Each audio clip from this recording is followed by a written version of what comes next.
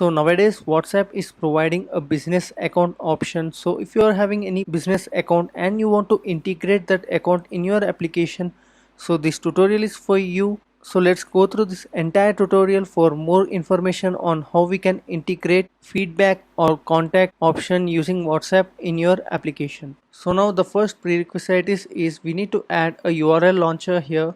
So I'm going to add a URL launcher under the dependencies here, and I have specified this particular version, and make sure you provide the latest version available. So now let's start with our basic coding. So inside the onPress we are going to create a method. So here I'm going to create a reach us kind of method. Here you can also add your own name. So now let's specify the contact number.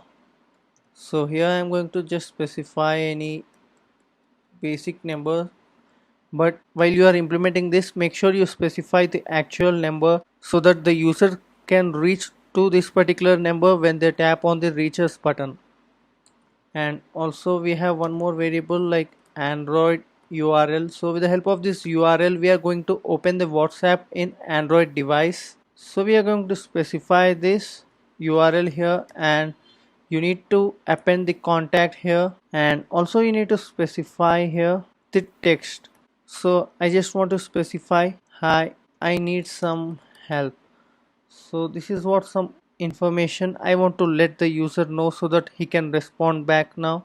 And make sure you provide this URL as it is, so that, and now let's specify the URL for iOS. So here we have specified the contact here. So I have just specified the same text which we have specified for the Android URL also. So based on your device you need to launch them, so for which you need to know which platform you are currently. So you can just specify platform is iOS. So you need to specify the code over here, and else you can just specify the code for Android over here. So as we are making use of asynchronous method here, you need to test if await can launch. So here we have added a dependency, right, for URL launcher, so you need to make use of it. And here you need to specify iOS URL. So if it is true, then you need to specify await launch.